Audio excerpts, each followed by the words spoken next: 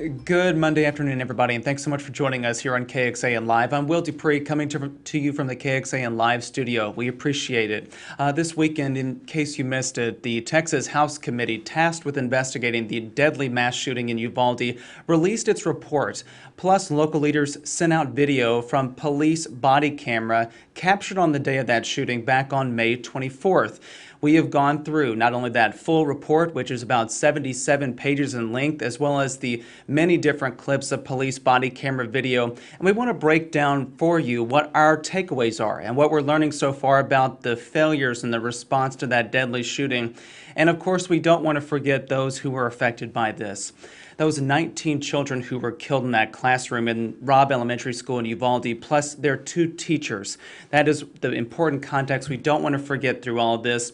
So joining me today, and someone who has really gone through so much of what has been released just over the last few hours, is digital reporter Kelsey Thompson. Kelsey, thank you for being here. We appreciate it, and for all the reporting you've done so far about this. Thank you so much for having me, Will. Let's just begin really quickly with that initial response. So what we know again is on that day of the shooting on May 24th, the shooter came into the school, and within just a few minutes, the first police officers arrived. But what we know from the report that came out is that hundreds of rounds were fired just minutes after that shooter walked into the classroom. Yeah, that's right, Will. So according to the 77-page report that was released yesterday, the gunman entered the classrooms just around 11:33 in the morning. Approximately 4 minutes later was when the first responders arrived at the scene and attempted to make contact with the shooter.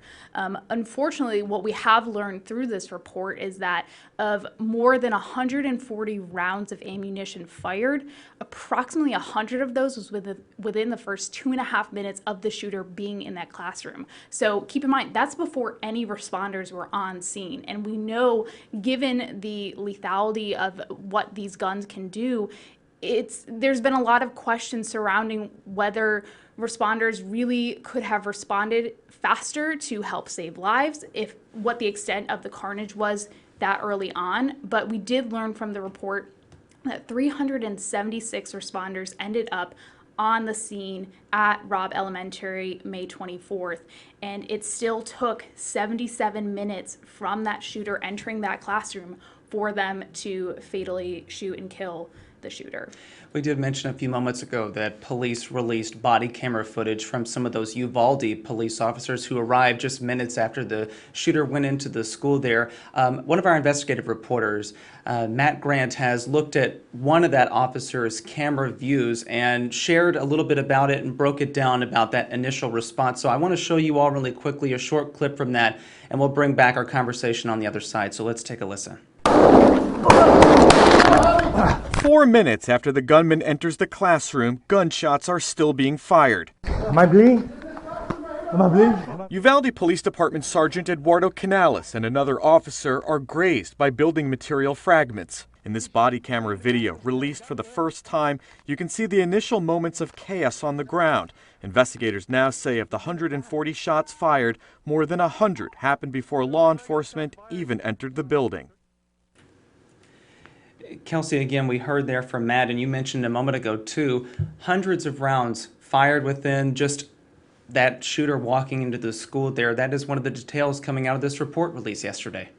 Yeah, that's right. And also, I think it's really important to note when you're watching that body cam footage, that was from 11:37. That was after officers first attempted to breach that classroom, and the shooter opened fire at the responding officers, which caused them to retreat.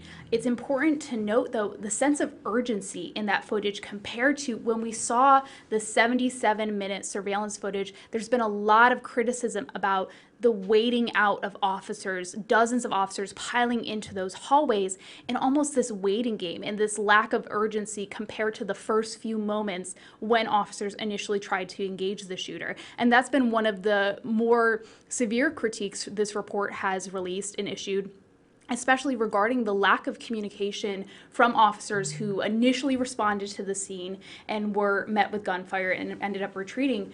but where did that communication break down between the various groups of officers who were entering the building, were surrounding the building, and who exactly was supposed to be in charge when all of this was happening?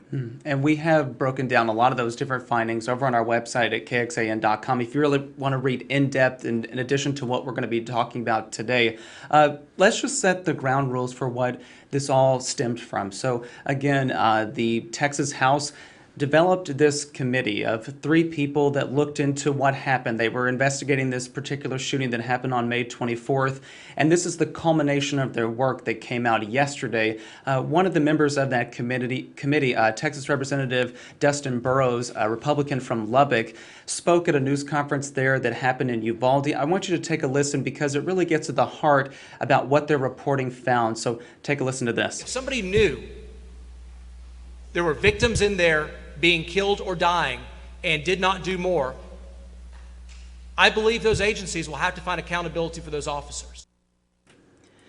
There you heard that call for accountability, Kelsey. I mean, that seemed to be one of the bigger points that the members of that committee spoke about yesterday to all the reporters who were gathered there.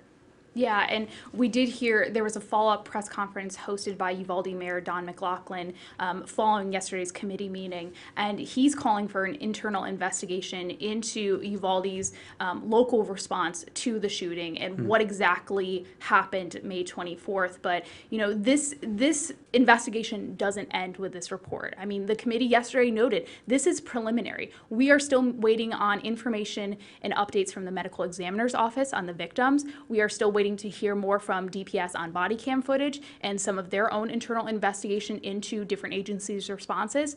And we're also still waiting on what are the next steps from a policymaking standpoint that legislators might propose in the wake of this, because this initial report yesterday, they said, we're not here today to talk about policy changes that are going to be on the table because right now we're just focusing on the bare bone facts of what happened and to get some more closure for the victims' family members as well as just the greater Texas community. But from here, what exactly are we going to see in terms of policy changes and also security and safety provisions across Texas? One of the biggest criticisms of Uvalde, but that isn't mutually exclusive to Uvalde CISD, was the lack of security measures being taken seriously on that campus. You know, there were 2 short offenses surrounding the exterior of the campus building.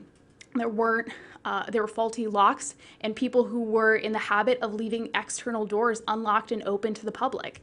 You know, these are just some of the examples of things that are happening not only at Robb Elementary's campus, but at the more than 80,000 campus buildings across Texas. And from a policymaking standpoint, what are some of the provisions that state leaders can take to help ensure our kids are safe moving forward? When we bring up school safety and security and focus on Robb Elementary School, the report found that there was really kind of a lax attitude towards some of these security threats and alerts, and they explained the reasons why.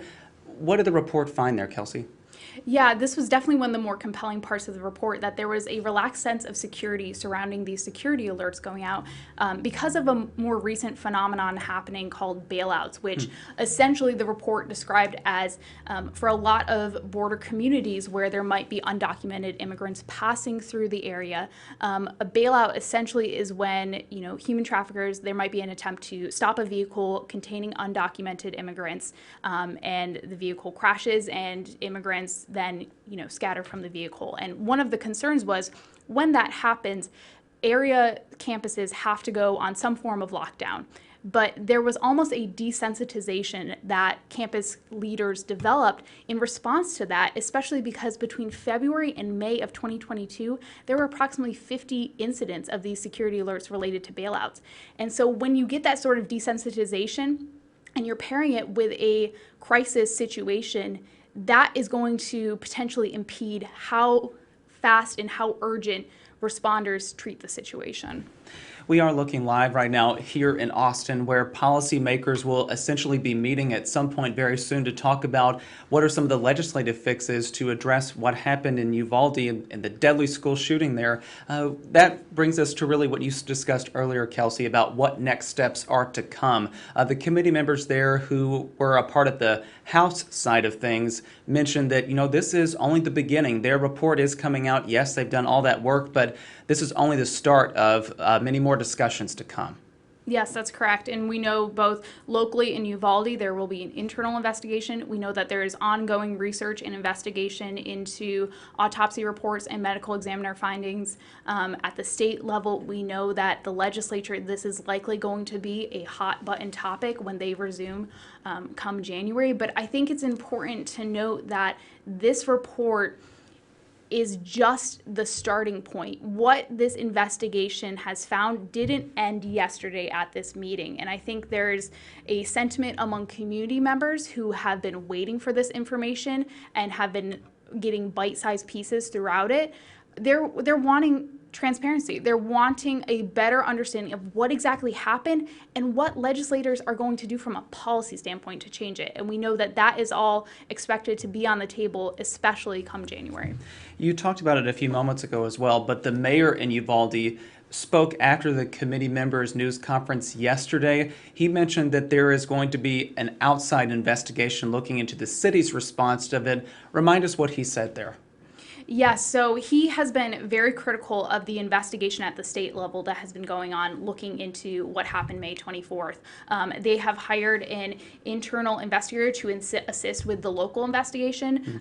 They've put their lieutenant police chief on leave right now, currently, as they are going through this investigation. But the biggest thing that came out of yesterday's response is that they want to get a better understanding of who responded when to that scene, who was supposed to be in charge, and where was that breakdown in communication. That's one of those constant phrases that we are hearing over and over and over, of a breakdown in communication and a lack of awareness of who was supposed to be leading the charge, and why did it take 77 minutes for that door to finally be breached and the shooter to be killed. Again, if you're just joining us, digital reporter here at KXAN, Kelsey Thompson, is joining me to talk about this new report that came out from the Texas House Committee looking into the deadly Uvalde shooting that happened back on May 24th. Plus, we had mentioned that there's new body camera video, and more reporting on our end will be coming out today as we go through some new clips that just became available for us to review today, so please stay with us for that. I also want to point out that as this report came out, it's 77 pages in length. Is that right, Kelsey? That's correct. Yeah, a very lengthy thing for all of us to go through, but we're breaking out a lot of this. And if you want to find out more, over on our homepage, if you go to kxan.com, if you just scroll down just a little bit, there is a section there underneath the main topics, latest on Uvalde school shooting. It will take you to our page that is a collection source for all of our reporting about there. And if you look, we did find out more information about hints of violence in the Uvalde attackers' past. That's a part of that report that came out yesterday, Kelsey, that is in addition to so many things that were detailed in that. Yeah, and I think it's important as we're having this conversation, at the request of the victims' families, we have opted not to say the shooter's name in our conversation today. The report does not name the shooter, but it does point out some of his personal history and potential motivators leading up to the May 24th shooting. But it's important to remember that all of this is still preliminary, and a lot of information we are still waiting to gather from public officials. But that 77-page report is a very comprehensive first look into some of the details victims' families and community members have been waiting nearly 2 months to receive. Kelsey, I know you've taken time out of your day in what reporting you're working on, but can you give everyone who's watching at home a sense about what you're looking into specifically today that kind of furthers what we're looking into regarding this report? Absolutely. One of the key moments addressed yesterday following the release of the report was the fact that there has not been a Spanish translation of the report made available to the victim's family. Now, Uvalde is a predominantly Hispanic Latino community. There are many community members who exclusively speak Spanish in Uvalde, and this has been a huge criticism on behalf of many of the victims' families who have said that this is an added barrier toward transparency and denial of grieving, of them being able to begin that grieving process and to get a better understanding of what exactly is happening. We've reached out to legal experts and different Latino advocacy organizations to get a better understanding of what are the best practices following a crisis situation like this to really ensure that that sort of language barrier doesn't prevent these families from getting the answers they deserve. And that is just one angle that we are reporting about today. So please stay with us here on KXAN and our KXAN website, KXAN.com, and the KXAN News mobile app, because all of that will be compiled, and so much of our reporting is already out there that's very in-depth. So check that out if you can. Once again, digital reporter Kelsey Thompson, thank you for being here and for doing all that reporting, looking through that, because there is so much to break out, and we appreciate it. And we'll follow along with what else you bring out today. Thank you so much for having me, Will. All right, everybody. As I mentioned there, you can find out all that extensive in-depth reporting on KXAN.com and on the KXAN News mobile app. Please download that onto your smartphone and turn on your push alerts as well, because any new information, we will be sending that out, and you can check it out right on your smartphone as soon as you can once we push that out. Thank you all again for watching here on this Monday afternoon. I'm Will DuPree in the KXAN Live studio. We'll see you back here another time, everybody. Please stay safe and healthy out there. Take care.